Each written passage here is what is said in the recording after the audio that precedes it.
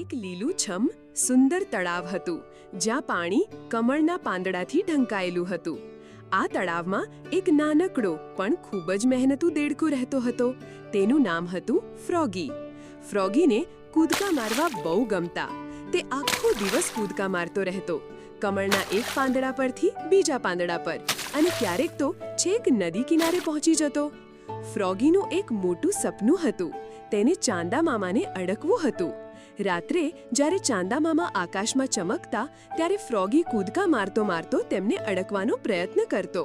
તેના મિત્રો, બીજા દેડકાઓ, તેના પર હસતા. અરે ફ્રોગી, તું પાગલ થઈ ગયો છે? ચાંદા મામાને કોઈ અડી શકે છે? એક દેડકાએ કહ્યું. હા હા, તે તો આકાશમાં છે, આપણે જમીન પર. બીજા દેડકાએ મજાક ઉડાવી. પણ ફ્રોગી હિંમત હારતો નહોતો. તે રોજ સવારે ઉઠતો અને વધુ ઊંચા કૂદકા મારવાની પ્રેક્ટિસ કરતો. તે મોટા પથ્થરો પર ચડતો, ઊંચા ઝાડના થડ પરથી કૂદકા લગાવતો.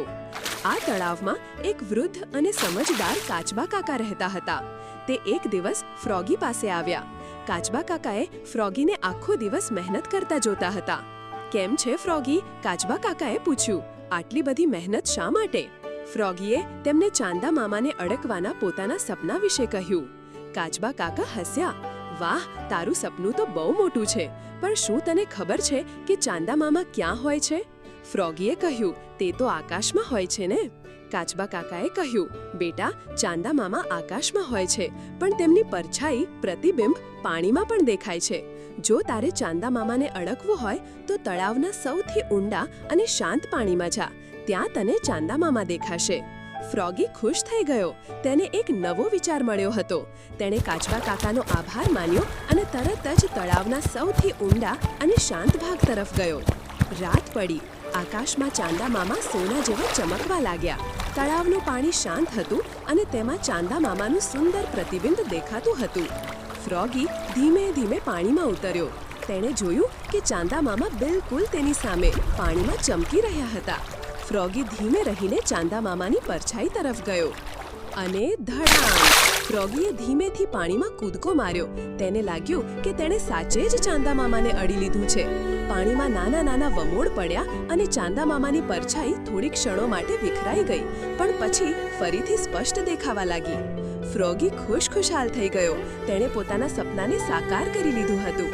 તે સમજી ગયો કે ક્યારેક આપણા સપના પૂરા કરવાની રીત જુદી હોય છે, અને મોટા સપના જોવા માટે મોટી હિંમત અને થોડી બુદ્ધિની પણ જરૂર પડે છે. તળાવના બીજા દેડકાઓએ ફ્રોગીને ખુશ જોઈને પૂછ્યું. શું થયું ફ્રોગી? તું આટલો ખુશ કેમ છે? ફ્રોગીએ હસતા હસતા કહ્યું. મેં આજે ચાંદા મામાને અડી લીધું. અને તેણે કાચબા કાકાની વાત તેમને કહી. બધા દેડકાઓ આશ્ચર્યચકિત થઈ ગયા. તેમણે પણ હવે પોતાના સપનાને જુદી રીતે જોવાનું શરૂ કર્યું. ફ્રોગી કૂદકાબાજ દેડકો હવે તળાવનો સૌથી પ્રેરણાદાયક દેડકો બની ગયો. બાળ મિત્રો, તમને શું લાગે છે? કાચબા કાકાએ ફ્રોગીને શું શીખવ્યું હશે?